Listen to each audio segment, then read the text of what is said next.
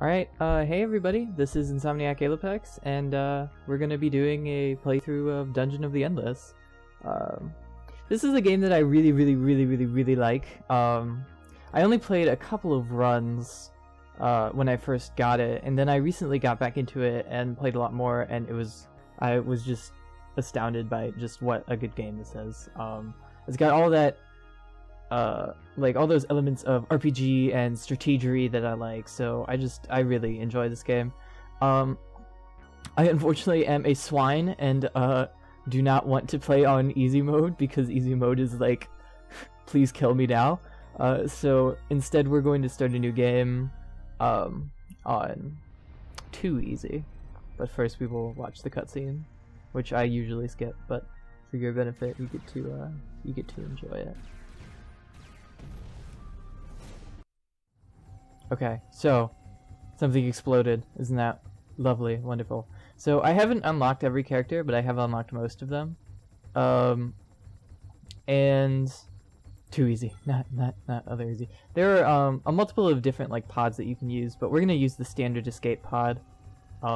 Just because for playthrough reasons, and I don't know. I might do another playthrough at some point, but for right now we're just gonna stick with this. And I usually always start with Max. Just because he is like so obscene. He has a couple of skills that are really just amazing for the playthrough, and I want them. I need them. And my second character is going to be somebody I don't usually use. Actually, so it's going to be Opbot DVA, who is a really good character for like resources, which I'll go over when we actually get to that. My usual character that I use is Scroig, because I freaking love Scroig. He's like super awesome and cool and stuff, but like, yeah, we're not going to use him this time. Maybe if we find him, I'll definitely recruit him. We'll be like, oh yes, Scroig, but for right now we're not going to use Scroig. Okay, so we're just going to jump right in and I'll explain things as we move along. Again, another cutscene for your pleasure. It's a rather large explosion. I'm surprised we're not dead. Oh, it's just loading. Okay, so here we are. This is our room. You see Max, you see Opbot, and this is our crystal. This is our power source. This is what we must defend at all costs. And this is a door, which is essentially like our turn system. You open a door, and you gain resources, which are up here, and like things happen. So I just want to quickly go, before we open the first door, I want to quickly go over everything we have. It is the FIDS system. So we have food, industry, dust, and science. That's why it's called FIDS. You know, acronyms. And I'll go over each one. So food is your healing resource and your hero resource. So as you can see, if I look on Max's screen, he can level up for 25 food. I can heal him, or I can dismiss him to get more food, which we will not do because that would be retarded. But I can also go over Max right now. So Max, this is his description, which I won't read, but he has 2 passive skills. He has Pack of Dogs, which lets him get some extra attack power as long as he's in the same room as, I don't know if a person who also has Pack of Dogs or if it's just with another hero, but either way, he gets some extra power from hanging out with other dudes. And he has Endless Expert, which lets us gain more science, which I will go over. So, science is what you use to research new modules and new like stuff that you can use for strategery, which is obviously very useful early game, but as the game goes on, it becomes slightly less useful because you've researched everything. And then we have industry. Industry is what you use to build modules, so if you don't have any industry, you can't do anything, and you will probably die. And I find it to be the most important resource that you can personally generate. And then you have dust. Dust is either usable as currency, but only in certain shops, because shops can either be industry, science, food, or dust. It just depends on randomness. And dust is also used to power rooms, so you usually don't want to use dust to do anything but power rooms, because if you don't power rooms, you're dead. Alright. I will open the first door. Let us go. So the first door usually always has monsters on the first floor. The first door on the first floor usually always has monsters. The first thing I always do in every single run is I build an industry generator on every single floor. That's the first major module I'm ever going to build. Just because you need industry really, really bad. And having more of it, you can never go wrong. So, open up the next door. Research artifacts. We can check what we can get. None of these look particularly good to me. I can go over them. So the emergency generator, that is a major module that essentially lets you power a room without using any dust, which is useful in certain situations when you just need to power a room. Auto dock shards, those do health regen. And the Claymore Mine is an attack module. It will explode and do damage to, I think, all enemies in the room or enemies close to it in the room. And then you have tear gas, which is kind of like a dot thing, is DOT, damage over time type of module. None of these are particularly enticing, so we're gonna reset. And ooh, now we can get the food replicator too, which is really good. I'll need that. Oh, okay. So my strategy for this run is I'm going to be leveling up Opbot first. He's going to be priority for levels. And this is simply because he gets a really awesome ability at level 3 that I want access to as soon as possible.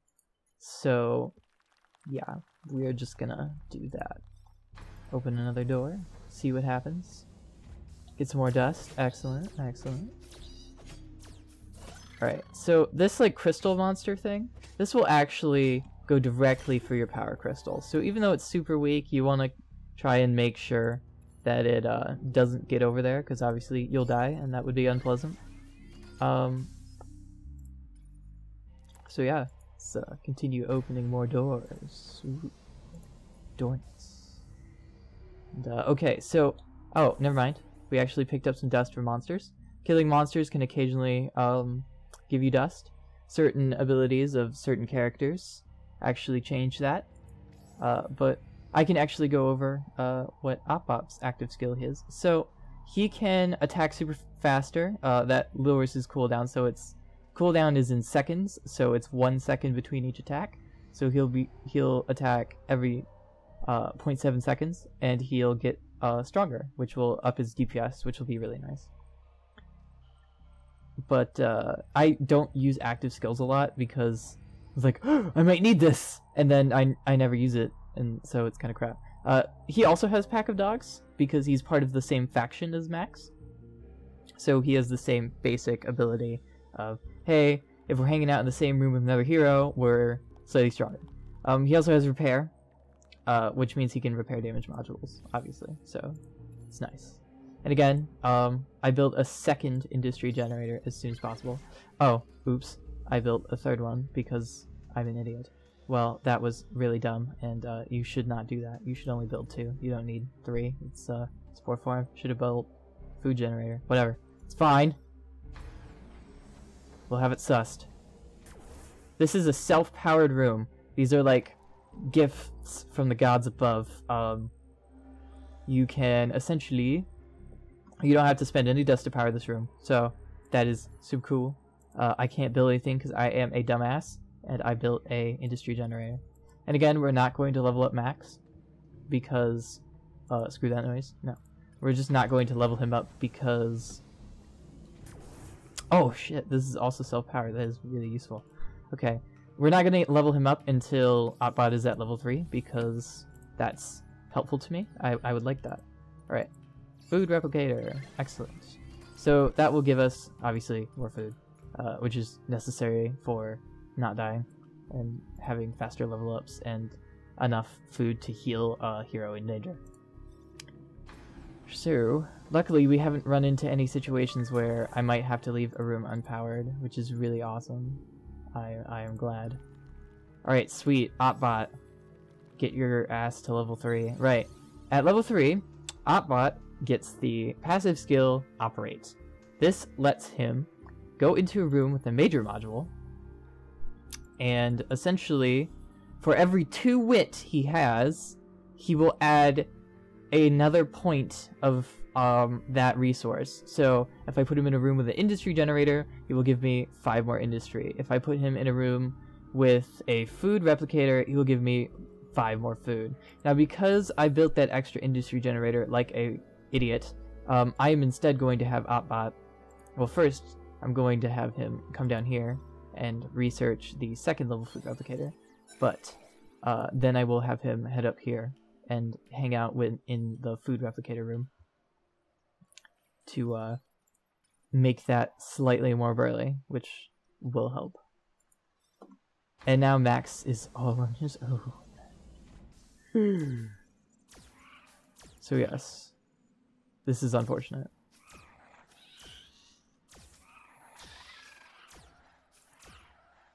And you kind of want to keep an eye on the crystal monsters again, just because they are le dangerous and stuff. And I don't want them attacking my crystal, because losing dust this early on is not a good starting point. Alright, so this room, we do not have enough dust to power that room. So now that room is essentially going to be able to spawn monsters every single time we open a door. Now sometimes it won't, but for the most part, that is probably what its modus operandi is going to be. It's going to spawn monsters. So what we want to do, since we can't have Max like just sitting there, because he's our only character, and I want Opbot operating, what we will do is we will build prisoner prods. Prisoner prods are the first minor module that you have, and the only one unless you research any more. And they are essentially very basic offensive modules that shoot enemies that go through that particular room. So any enemy who goes through this room and this room will be shot by the prisoner prods, and hopefully that will mean that neither Max nor Opbot has to intervene, and we'll be pretty well defended. Now I'm actually going to bring Max down into the prisoner prod room because they will assist him and make his life easier. Right. So now we have actually a sizable amount of food. So I'm going to level up Max here. And he gets the ability Verbal Abuse, which increases his attack and defense. It actually increases the attack and defense of all characters in the room, but for right now it's just him. Max will probably be my scout, who is the guy who I'm going to send around to open lots of doors and basically be my workhorse. He'll just, run around and open doors for me and be a pro. And he'll assist other heroes as necessary. But for right now, this is what he is going to do. And we have just unlocked the food replicator upgrade, which is good. Again, we're going to come back down to the prisoner prod room because it is a lot safer. And Max is less likely to die when he's being assisted. Okay, no dust. Just checking if any dust fell, because sometimes it does and sometimes it doesn't. And I'm going to shore up this room with prisoner pods. Now, at this point I should probably build a science creator, but I've actually built one extra module than I usually do, and to be honest, I do have Endless Expert. Ooh, prisoner prod 2, definitely a good investment for right now. You don't want to use prisoner prods by 412, but for the first, I want to say 4 floors, they're pretty effective. And if they're all you have, then they're all you have, and you wanna use them. Okay, so we can go up or right. I will go up. Unfortunately, we gain no extra dust, but as you can see, some monsters have spawned in the unpowered rooms. So what I can actually do is, if you have enough unpowered rooms and well-defended enough hallways between them, you can actually use them to farm for dust. from other monsters. Unfortunately, this time it doesn't look like that's gonna happen. But just to be safe, I'm also upgrading the amount of prisoner prods in here. Yeah, so it doesn't look like that's going to happen this time around. Just because in the early floors there are not a lot of rooms, and like as you can see, this is the last door in the floor of the dungeon. And oh, when you find the exit, it is basically a guarantee that no monsters will spawn. So the cool thing about Dungeon of the Endless is in order to escape a floor, we're just going to level up Max here because we can. In order to escape a floor, you need to take the crystal to the exit. And that unfortunately supremely slows down your character. Now, the character I'm going to use for this right now is Opbot. Opbot has a higher defense and health rating than Max does, so he will be able to survive slightly longer than him if he is attacked by monsters. Now, unfortunately, the thing that I'm going to want to do is I am going to want to depower this room and power this room. And in place of having that room powered, I'm going to spend some of my extra industry to fortify this room with the Endless Artifact, so that that is not an issue. And next, I want Max to stand up here so that no enemies spawn from that vicinity. And now, we go down to Opbot, and we right-click on the crystal, and we go pick it up. And now we direct him to the exit. Do not direct him anywhere else, just basically have him constantly going to the exit, and it should be fine. As you can see, those prisoner prods are helping to stop the monsters from being able to catch Opbot, or being alive by the time they get there. So it's really, really helpful. Max standing in this unpowered room means that no monsters will spawn in it, which is really, really useful for the purposes of moving the crystal. Okay, now once the crystal is in the elevator room, you get the exit button, and you click on that. As soon as it turns green and you have all your heroes in the room, you get to leave, you get to go down another floor, and congratulations, you have survived. And you get some fluff dialogue. Sometimes, if certain characters knew each other before the crash, they will have some sort of story, or not necessarily if they knew each other before the crash, but if they just have any sort of like conversation that is in different colored text than white, then they have a story, and sometimes that will give them stat bonuses, and sometimes that will have repercussions on how the heroes operate. And it's also basically the only form of storytelling that is in this game. Otherwise, you just get some flavor text in between floors. So Max has to go to the bathroom. Sometimes that can come from characters that doesn't make sense. So if Opbot said that, it would be like, why are you saying that, Opbot? You are silly. Alright, so now we don't have a unique crystal room thing, so now we just look like an elevator. Opbot, why did you take off your head? What's wrong with you? Anyway. I actually read a piece of trivia. Opbot is actually in Endless Space as a hero, so he is one of the few characters who shows up. I'm guessing being a lifeless automaton, he is allowed to live that long or something. So anyway, now this is our second floor, and okay, this is a great start. And we found Casper.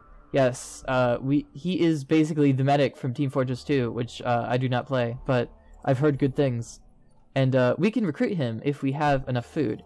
But for right now, Casper is a level 2 hero, and he requires 39 food, which we don't have. So we're just not going to deal with that. We're going to get Opbot in here, though, because Opbot is going to operate that industry module. And what I like to do normally is, usually there will be other doors coming off of here, but today there wasn't. Normally I like to open all of the doors right next to the crystal room as soon as possible once I have enough dust saved up, because you do not want to have an unpowered room right next to your crystal. Absolutely not. That is the complete worst case scenario, and you never want that to be a thing. Ooh, okay, so we just got an item. Dehydrated water. Let's look at it. So it increases our HP max and gives us a extra passive skill. This is what is called a device. And devices essentially either give you bonus stats or give you an extra passive skill, which is, well, useful. So let's see. So we have extenders. So now, as long as Max is equipped with dehydrated water, he can heal for slightly less food, which is really useful. It's not as particularly useful as some other ones, but for right now, that suits us pretty well. Okay, and we're gonna pop down a industry generator, and we're gonna build, because we have a little bit of extra industry, I'm going to pop down a bunch of prisoner prods in this room, and you know what, I'll just fill it up, why not? Keep it safe. So we're gonna plop down all of those prisoner prods to make sure that if any enemies come through here, they will die, because we do not want to deal with that situation. And actually, I'm going to bring them into this room because these specific enemies only target heroes, so they will not attack your crystal if there's a hero nearby, which is, you know, useful. Alright, we're going to put down another food replicator. As you can see, every single time you put down a major module that spawns some sort of resource, the industry cost for that replicator, or that generator, goes up by 5. So that is why you always want to start off with industry generators, because then they'll pay for themselves quicker, and that's extra useful. So again, I want to open up as many doors as close to the room as possible, as long as I can power them, because that makes things a whole hell of a lot easier. This is actually a very good item. It's called the HGTTG. I don't know what that is a reference to, but it gives the passive ability knowledge is good, so that is way better than dehydrated water. What it does, and actually I'm going to take that off of Max because he doesn't need it. Opbot does. Opbot, so now Opbot will get 1 wit from the HGTTG, and he also has the passive skill knowledge is good, which essentially gives every single hero in the floor 2 extra wit, which means that I just got myself 2 extra points of resource, because wit is rounded up. So if you have an odd number of wit, that means that this is essentially going to give me 7 extra points of resource. Even though I'm not yet at 14. Which is, again, extremely useful. Normally I would put down a science creator, but I don't have enough industry, so we're just going to move on. And next turn I'll be able to hire Casper, which is good. I don't particularly like the Team Fortress heroes just because I don't find them very unique or interesting, but, you know, they're useful if there are no other heroes around. Archimedes, stop. Yeah, I have seen Meet the Medic, so yeah, that's pretty amusing, but no, not Archimedes, God. Yeah. So now Casper can follow us around. He has the passive skill, Paramedic, which allows him to heal people in the room with him and people in the floor for 10 seconds. Health regen is again based per second, so that's 6 health per second. So he can essentially heal you 60 health if you're on the floor, and 120 health if he's in the same room with you. So that's pretty good. And now that we have enough industry, and I don't really need to worry about putting down any sort of prisoner prod, we're going to slap down a science creator. Because science is just absolutely necessary early in the game. Otherwise you won't be able to do much, and you won't survive long.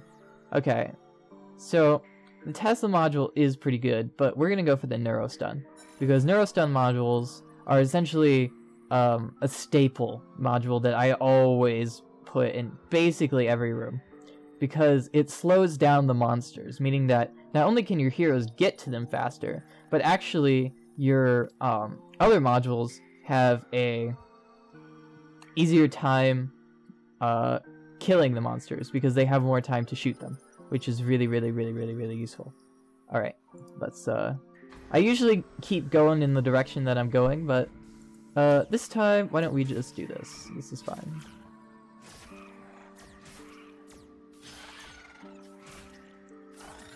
Okay, cool, success. Alright, and again, you want to buff rooms that are as close as possible to the crystal, just because that is a safer bet. And I'll leave Casper in here, just to make sure that nothing spawns. And sure, let's keep going this way, why not? Alright, so this is an interesting item. This is called a stele. And this is a good stele. It will give us 20 health regen to our minor modules. So if our minor modules get hurt or damaged, they will be repaired automatically. So that's pretty useful. Unfortunately, steles only last for a short period of time. So that auto repair will go away after we have opened 5 more doors. But steles are extremely useful, or extremely unhelpful, or kind of neutral. It depends. They have different effects, so it's all completely random. So again, you can get really screwed over, or you can actually get off scot-free with a really good helpful stele. I tend not to depend on them because obviously that's the nature of them. They're random, but for the most part, it seems that we're pretty a-okay here. Although we seem to be failing quite hard against these monsters. I don't really know why. We're gonna have Max go help Casper, just, you know, because he's a nice guy like that. All the heroes have personalities, although they don't really get to shine very much, simply because of the very random nature of the game. I mean, you know, it doesn't really follow a set path. As you can see, Casper is actually a really good combatant. So it's good to have him around. I actually should check out, but he also has Pack of Dogs, so that's cool. But he has group therapy. So Pack of Dogs are actually... Oh, okay. So Pack of Dogs only works if the other character has Pack of Dogs. Okay, cool.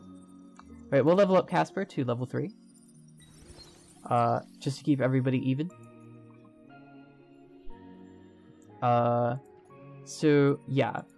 This is definitely the point where I'm gonna be like, I need to fortify this room. Because I have 3 empty rooms next to it that are unpowered. And that's really bad. So, ooh, this is tempting. I could go for a 3rd level food replicator, or I could get the best prisoner prods, which I think I'm going to do. Alright, cool. So we'll leave Casper here, and he'll sort of hold down the fort. Actually, it's smarter, because there don't seem to be any module damaging monsters in this floor, we're going to keep Casper up here. And that's just to let them get weakened by the prisoner prods in here, and also to put him in a room with a shit ton of them, so that he's less likely to die. Oh, excellent! A self-power room. That's quite helpful.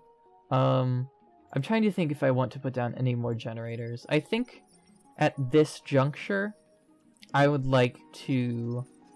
Well, you know what? Let's put down a 2nd food replicator. But that is going to be my final major module, because after this I want to stockpile industry. But this is good. So now we have even more food. And we're again going to open another door. And it looks like we can actually... So yeah, they're all going after Casper, as you can see, but they're all getting wrecked by the prisoner prods. So that is, again, extremely useful, which is why you want to build minor modules like that and keep heroes in rooms like that, because it just makes their survivability go way up. Alright, let's open the next door. Cool, we got some more dust. I can actually open that. Pretty good. And again, I want to send Max down to assist. And as you can see, look at how efficient those prisoner prods are at just all of that murder. Oh, okay. So this this enemy is actually a module attacking enemy if it doesn't see anything nearby. That's kind of annoying. I'll have to put down some prisoner prods in here to keep that from becoming an issue. 3 should be fine. But yeah. Alright. So let's keep exploring. Let's head over. Oh, wait. Oh, damn it. I forgot to start researching something. Alright, cool. We found the exit. So instead of actually going through the exit, we are going to keep opening doors because I want to stockpile more resources and do more researching. Oh, come on. Alright, I'm going to take a chance here and hope that this isn't the final door of the dungeon. But it probably is. Damn it. Alright, well, that's okay. We'll have to wait until the next floor. That is very unfortunate, because after you've opened the last door, you can no longer research anything. Let me just check if there was anything actually worth researching in that batch. The Tesla module would be nice, but we don't necessarily need it. Okay, so here's the cool thing, right? We're going to depower that room and instead power this one. And let's see, who has the highest speed? I don't know if speed... Okay, so they're all basically evenly matched. But Casper has the highest defense. So Casper is going to be the one who's going to just, you know, kind of chill out. I'm going to keep everybody at the same level for right now because I want to make sure that I have enough food to heal in case something catastrophic happens. But we will level soon. Right, and we'll just keep... No, Casper, stay in there. We'll just keep Max over here to prevent any horrible accidents, and we'll have Casper grab that crystal. Right. Ooh, yes. So Casper is a little bit unhinged, but that's okay.